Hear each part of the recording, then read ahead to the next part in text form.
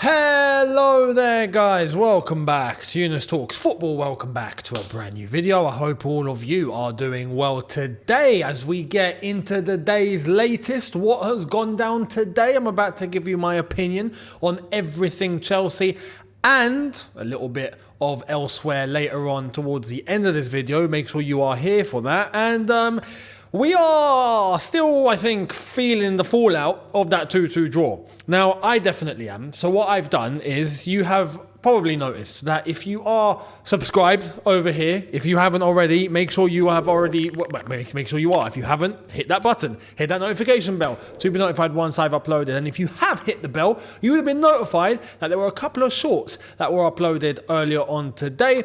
Mainly highlights from the watch along and the reactions to when Chelsea were doing so well and when Chelsea decided to throw everything away against Arsenal. So go and check that out. The whole video is out on the TikTok video.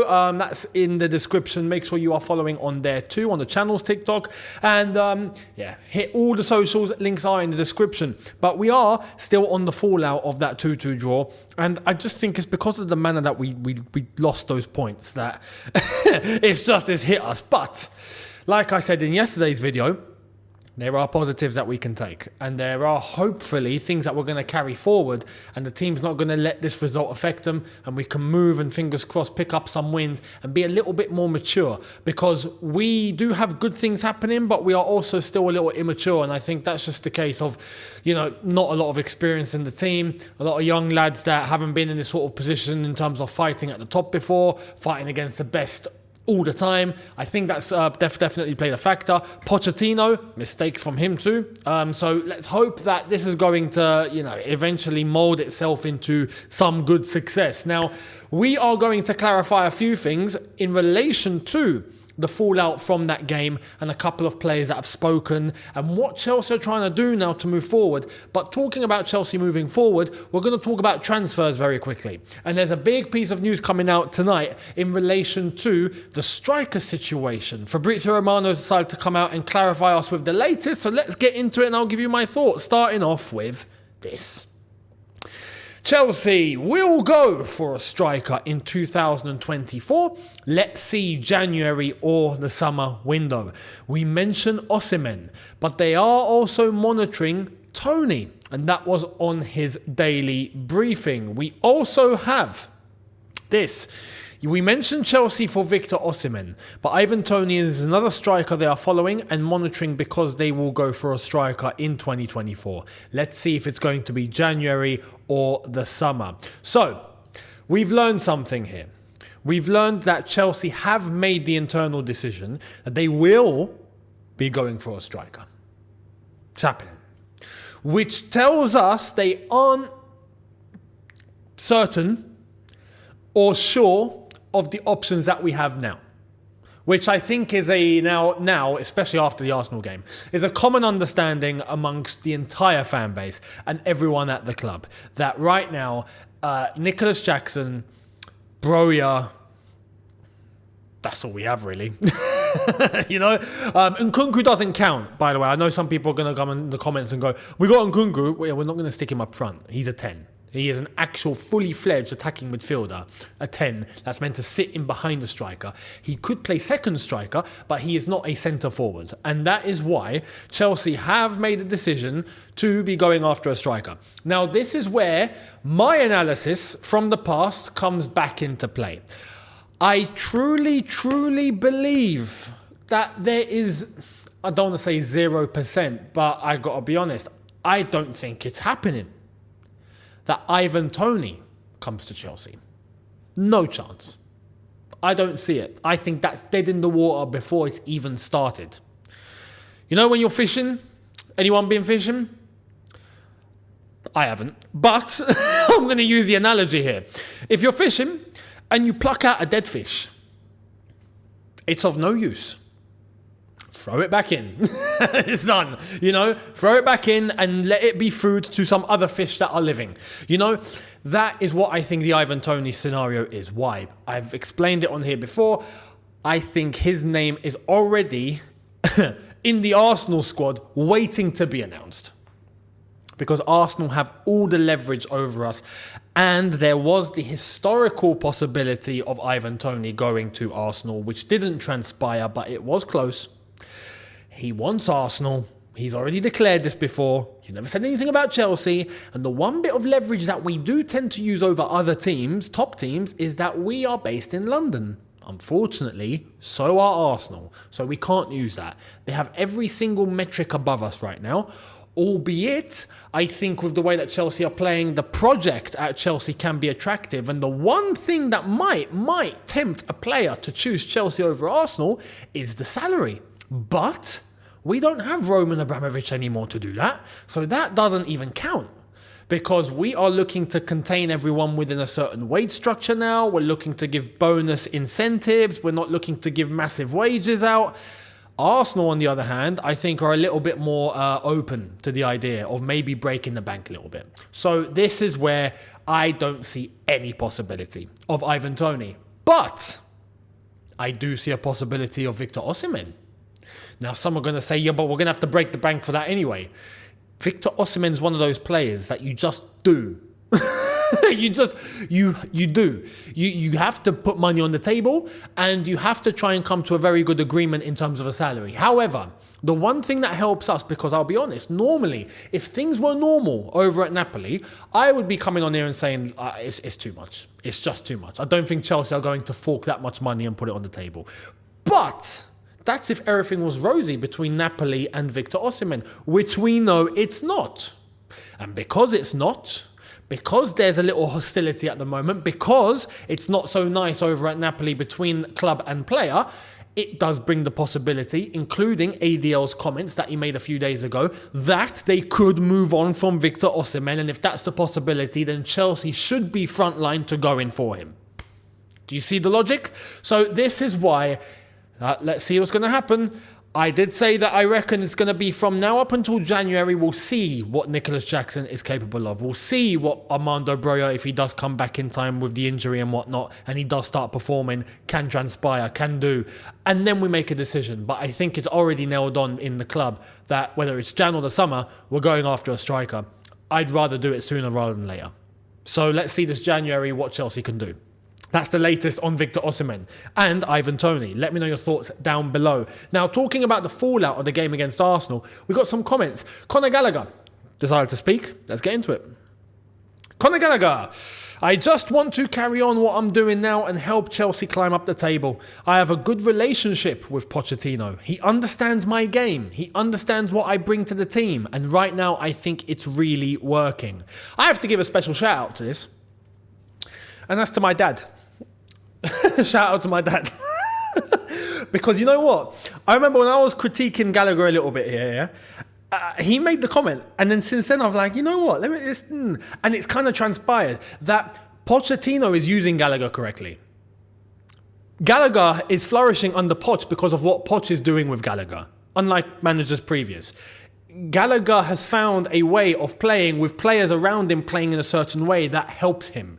And from 6 games ago or something, we've seen Gallagher transform into everything that I've been asking for from the player. And I explained this in yesterday's video. So I do have to say, Galadog, if he does all the dirty work like he's always done, right? But alongside that, keeps doing what he's doing right now, which I think he will, because something has clicked between him, his teammates around him, and the way that Pochettino's using him. If he keeps that up, like I said yesterday, he becomes one of my favourite players in the whole squad, hands down. So the Gallagher arc on this channel, like I've already said, will be real if he can keep it up. Fingers crossed. And I do want to give a little mention too, for the last few games as well, since Burnley, right? And there was a couple of games before that, to be honest, but Burnley. And I think it deserves the credit. Raheem Sterling, because I give him flack on it, but it's absolutely true that even in the Arsenal game, look, when Mudryk came off, Palmer came off, Sterling came off, that whole attack came off, everything just folded up top. Sterling was a part of that. You know, when you look to the cross with the handball, Cole Palmer, Raheem Sterling. When you look at Sterling actually doing what he done best a few games ago, and since then he's decided to do the same thing, which is take the ball and run with it. You know, without thinking. Just use your instinct and go in, because he does have an instinct when he decides to use it and not overthink. His problem before was overthinking. I have to give the credit. So, fair play. He needs to keep that up too. And I criticise Sterling for one more reason than the other lot, because he's meant to be in his prime. He's 28, if I'm not mistaken. He's not young. He's meant to be one of the leaders. You have to set the example. You're up here compared to the others.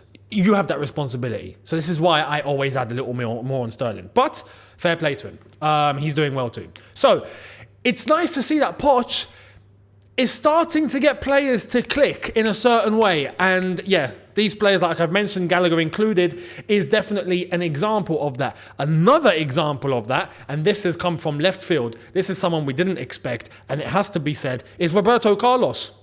You're probably thinking, for the ones that haven't been paying attention on the channel, who didn't watch the watch along, who didn't watch the match review, Roberto Carlos is this guy. Fabrizio Romano on Marc Cucurella. There are no discussions about January now. Cucurella is only focused on Chelsea as they're very happy with him. On top of that, I can't confirm yet what will happen, but I know that Marc Cucurella has been super professional again since the Man United deal collapsed. He's not complaining, just fighting for his place and now doing great. Pochettino and his staff are very happy with his mentality. There are no discussions about January now. Cucurella is only focused on Chelsea as they're very happy with him. And we're happy with him too. Since he got put to right back and turned into prime Cafu, and then he went to left back against Arsenal and put Saka in his pocket and turned into prime Roberto Carlos, the guy that I was waiting to see that signed from Brighton has finally shown up. Finally. So this is very, very refreshing. And it only adds another option to the table because, look, when it comes to the fullback situation, we were panicking at one point. And goodness now, we've got Gusto and we've got Cucurella. You know, so Cucurella, another one, absolutely fantastic. And the last few games, he's just been, I don't know what's happened to him. But fair play to him. He's an example of someone that's put his head down, not allowed anything to deter him, not allowed anything to put him off focus. He's gotten on with it. He's listened to instruction. He's executed and he's doing it bloody well. So let's hope he continues. Fingers crossed he does. Cucurella, fair play to you, mate, because you are killing it at the moment. To the point where I had to come on a match preview for an Arsenal game and stick him at right back. Because I'm like, yo, I can't take him off. He's playing too good. And he's playing too good as a right back. So, yeah, fair play to Cucurella. Now, this is where it goes a little south. Let's get into it. Mauricio Pochettino's desire for his goalkeeper to play out from the back obviously comes with the risk of giving the ball away in dangerous positions. But in saying that, Sanchez knew what the demands were going to be when he joined. For me, that's basically a non-statement. Because, duh. You know, of course. But I'm going to talk about playing out of the back. I feel like we overcomplicate it. Playing out of the back has become like a fashion. It's become like a necessity for all the teams to do, no matter what. It's like it's the only way of playing football. Now, I understand why teams do it, and they do it in order to attract the opposition to a press. That way, they can find certain spaces when they decide to, if executed correctly, attack down certain avenues and certain lanes. I get that, right? It only allows you to create better opportunity up top. But the risk is always there, and playing out of the back is not new. It's existed for time, but there's a reason why teams didn't do it as often, because of this very risk. When you can just go route one and have someone strong enough to bring the ball down, and boom, the ball is now at that part of the pitch without having trying too hard. But now, in the modern day, I understand that everyone's deciding to do it. So therefore, when you don't do it and everyone's doing it, you do risk being left behind tactically.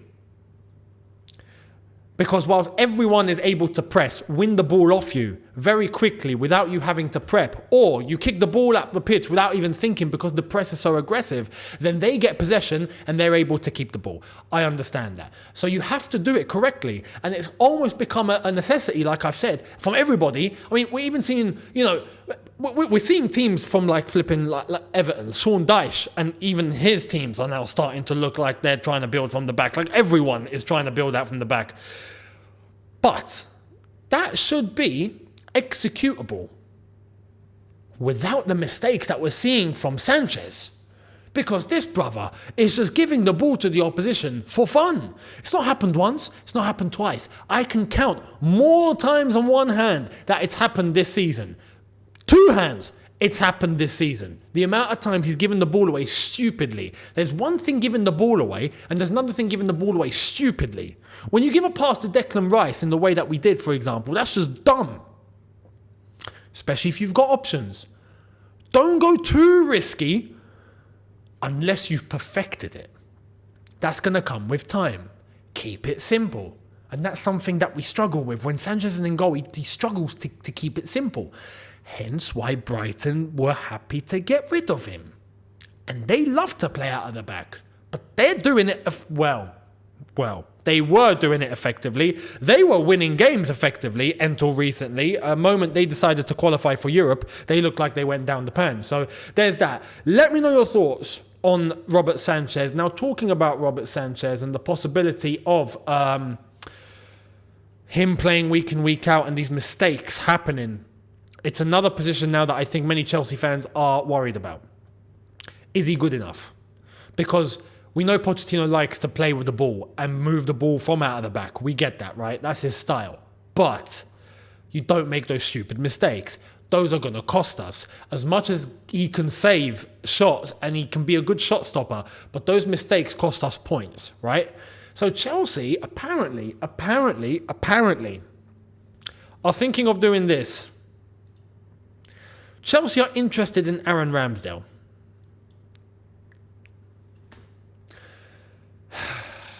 How can I say this politely? Like how? Okay. Can we stop going after rejects of other teams, please? Now, some people are going to say no, but Aaron Ramsdale isn't a reject. Why did they get David Raya in then?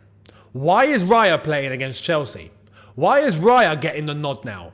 I understand there's healthy competition, but if they were so secure with a goalkeeper like Aaron Ramsdale, they wouldn't have gone and got a David Raya. Much like in the same way that Brighton were happy to just let go of Sanchez for for 20 mil, right? But they were just happy to let him go, and we took him. Can we go after a goalkeeper that's actually going to become our number one, who was a number one somewhere else? That would be nice. You know, it even doesn't have to be the Premier League, but a number one from somewhere that is coming in and is going to be our number one properly. Right? Not some reject that's been kicked out of a team because he can't get into that team anymore. No to Ramsdale. He's good, don't get me wrong. But there are flaws there. Certain flaws that we know we'll find ourselves talking about if we were to sign him. And it won't be cheap, let's be honest. Right now, I want to see Petrovic. I'm dying to see Petrovic. He's 24 years old. He's big.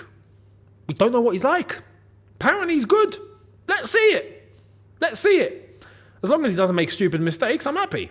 So, look, I want to see Petrovic. Forget signing a goalkeeper. I want to see Petrovic.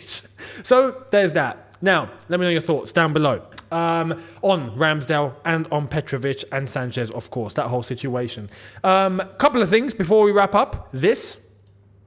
One of the numerous reasons Cole Palmer was signed by Chelsea is because of his versatility in attacking areas. You see, now this was a good signing. This was a very good signing. And versatile he is, indeed. We've been talking about him as a 10. We've seen him fluck out to the wing on the right-hand side. We've seen him being put up front as a false 9 against Arsenal. It looked all right. And many people are now making the comparison that he is what we expected Kai Havertz to be. And it seems like it's obviously early days. But right now, like I've always said, he's a baller. He's a proper baller. He's intelligent. He uses his loaf. You know, loaf is Cockney for brain. So just to let the ones that don't understand what loaf means, he uses it. Yeah, he doesn't just play with his legs. He has the ability to think in terms of what he's going to do with the ball, what he's going to do in terms of his movement before he even has to. And he has the technicality and the prowess to be able to execute correctly. So he is a baller. Definitely a very, very good signing. So overall, let me know your thoughts on Cole Palmer. And couple of things now before we end. This, I think, is a travesty. Check this out. The Premier League is set to announce its festive programme this week, with Chelsea's trip to Wolves expected to become the first top-flight fixture to take place on Christmas Eve since 1995. What are we doing? You see, this is where we have to talk about TV money and decision makers making these sort of decisions just for the calendar, just to try and fit more games on TV, just for more money, and then at the detriment of players and their welfare. Christmas Eve, really? So let me get this straight. If we're playing on Christmas Eve, are we playing on Boxing Day? We better not. We better not. And you're taking it from me. I love to cover Chelsea, and I wouldn't mind covering Chelsea that quickly. I like to watch my team play, but I'm sorry, for their sake, we better not be playing on Boxing Day if we're playing on Christmas Eve. But can I just say, it's Christmas Eve.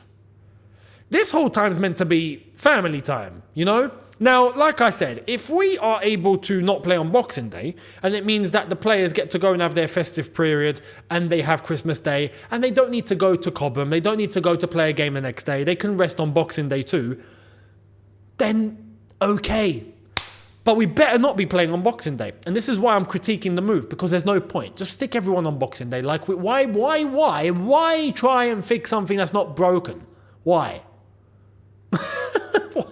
Just to get another game moved over for more TV time. That is it. It's money. That is it. So I find it pretty stupid and ridiculous. And the fact that it's not been a rule, it's not been a feature since 1995 tells you exactly that. So yeah, almost as old as me.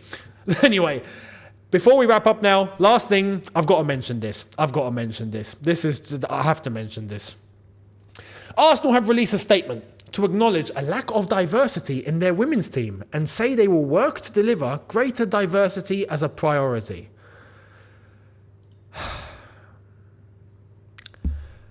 Can I just make one thing clear? We shouldn't care about race, religion, colour, whatever, when it comes to selecting a squad of footballers, right? It shouldn't even be a thing. It shouldn't even be a thing. You hire the best that you are able to hire. Simple. You don't have a job description and go, must be this colour, must be that. No, I'm sorry.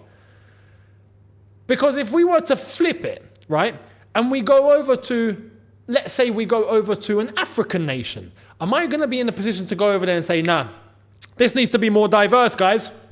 It's not good enough. No. You pick the best. No matter what their colour is, no matter what's happening. So the fact that Arsenal need to come out and actually make a statement to say this, priorities are completely wrong. Just focus on hiring the best. The fans will be happy. People will be happy.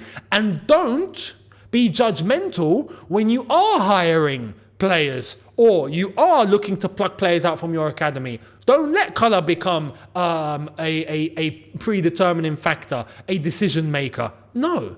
Couldn't care less. If Arsenal had 11 coloured players, they're getting the job done, they're getting the job done. If they've got 11 white players, they're getting the job done, they're getting the job done. If they've got 11 Asian players, they're getting the job done, they're getting the job done. This shouldn't be a thing. It shouldn't be a mention. Simple as that. The fact we are seeing the most diverse Premier League that we have ever seen. That speaks volumes in itself. But it shouldn't be a criteria. Do you know what I mean?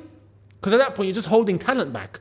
You pick based on what you see, and you select the best. End of story. So, priorities, completely wrong. But, yeah. Unfortunately, there are political incentives in football now, unfortunately, and the two are mixing like they've never mixed before. When you're talking about political influences and football, we are seeing oil and water mix like they've never mixed before. So it is what it is. Let me know your thoughts down below. Much appreciated. And I will see all of you tomorrow for a couple of new ones, and there will be a couple of new ones. It was impossible today, but there will be a couple of new ones tomorrow, so make sure you're here for that. To be here for that, you got to make sure you're hitting the subscribe button. So hit that subscribe button, hit that notification bell to be notified once I've uploaded. Smash the like button if you've enjoyed this. Thank you very much. Don't forget, check out the new Instagram and Twitter, and get rid of the old one. Like I always say, get rid of the old one. And all links are in the description. Much appreciated. I will see all of you tomorrow for a new one. Have a good one, people. See you then. Take care and peace.